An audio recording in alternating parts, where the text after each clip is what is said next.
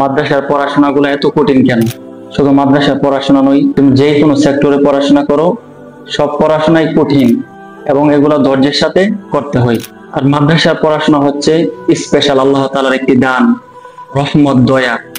মাদ্রাসায় পড়াশোনা করে যদি তুমি ভালো হাফেজ হতে চাও, ভালো আলিম হতে চাও এবং দিন, মাযহাব, মিল্লাতের খেদমত করতে চাও, তাহলে অবশ্যই তোমাকে ধৈর্যের সাথে পড়াশোনা করতে হবে। হামিয়া দুনিয়া সে কিয়া মতলব, মাদ্রাসা হে ওতান আপনা, মারে গে হাম কিতাবু পর ওয়ারাক হোগা কাফান আপনা।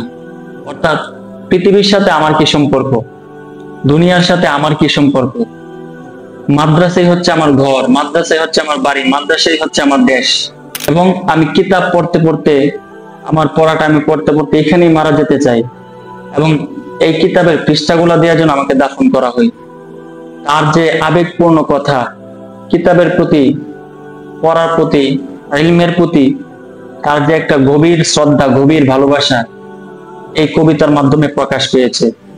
এজন্য আমাদেরকে ইলমের প্রতি শ্রদ্ধাশীল হতে হবে এবং এর পাশাপাশি তাকওয়াবান হতে হবে। তুমি একসাথে পড়াশোনা করবে, এর পাশাপাশি আল্লাহ তাআলার অবাধ্যতা করবে, তাহলে তোমার ভিতরে কখনোই ইলম ঢুকবে না। আল ইলমু ওয়ান নূর, ইলম হচ্ছে একটা নূর, যেখানে অন্ধকার থাকবে সেখানে আলো থাকবে না, একটা আরেকটার বিপরীত। যখন আলো চলে আসবে তখন অন্ধকার সাথে সাথে দূর হয়ে যাবে, যখন অন্ধকার আসবে তখন সেখানে আলো থাকবে না। ইমাম শাফিঈ রাহমাতুল্লাহ আলাইহি, ওনার উস্তাদ ওয়াকি ওনাকে জিজ্ঞেস করেছে যে উস্তাদ, আমি তো আগে অনেক কিছু মুখস্থ করতে পারতাম, কিন্তু ইদানিং আমি অনেক কিছু শিখি কিন্তু মুখস্থ রাখতে পারি না, আমার মনে হচ্ছে যেন আমার স্মৃতিশক্তিগুলো দুর্বল হয়ে পড়েছে। তখন ওনার উস্তাদ ওনাকে উপদেশ দিলেন যে তুমি গুনাহ ছেড়ে দাও, তাহলে আল্লাহ সুবহানাহু ওয়া তাআলা তোমাকে দয়া করবে এবং তোমার মেধা শক্তি বৃদ্ধি পাবে, তুমি যা কিছু পড়ো এগুলো সম্পূর্ণভাবে মুখস্থ রাখতে পারবে। এজন্য আমরা যারা মাদ্রাসায় পড়াশোনা করি বা করতেছি, আমরা সবসময় চেষ্টা করব যেন আল্লাহ সুবহানাহু ওয়া তাআলার অবাধ্য আচরণ না করি, ইবাদতে যেন আমরা মশগুল থাকতে পারি। শুধু ইলম অর্জন করলেই চলবে না, এর পাশাপাশি আমাদেরকে আমলও করতে হবে, আর আমলকে সর্বোচ্চ গুরুত্ব দিতে হবে।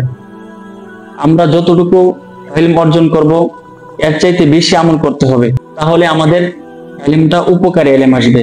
আল্লাহুম্মা ইন্নী আসআলুকা ইলমান নাফিআ, হে আল্লাহ আমাকে আপনি উপকারী ইলম দান করেন, উপকারী ইলম দান করেন।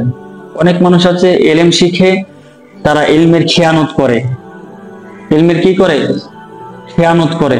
ইলম শিখার পর তারা কিছু টাকা পাওয়ার জন্য মানুষের কাছে তাদের ফতোয়া উল্টিয়ে দেয়, এটা হচ্ছে ইলমের খেয়ানত। আর অনেক আলিম উলামা আছে জীবন চলে যাবে, তারপরেও ইসলামের বিপক্ষে, ইসলামের বিপরীত কোনো ফতোয়া তারা দিবে না, এটাই হচ্ছে উপকারী ইলম।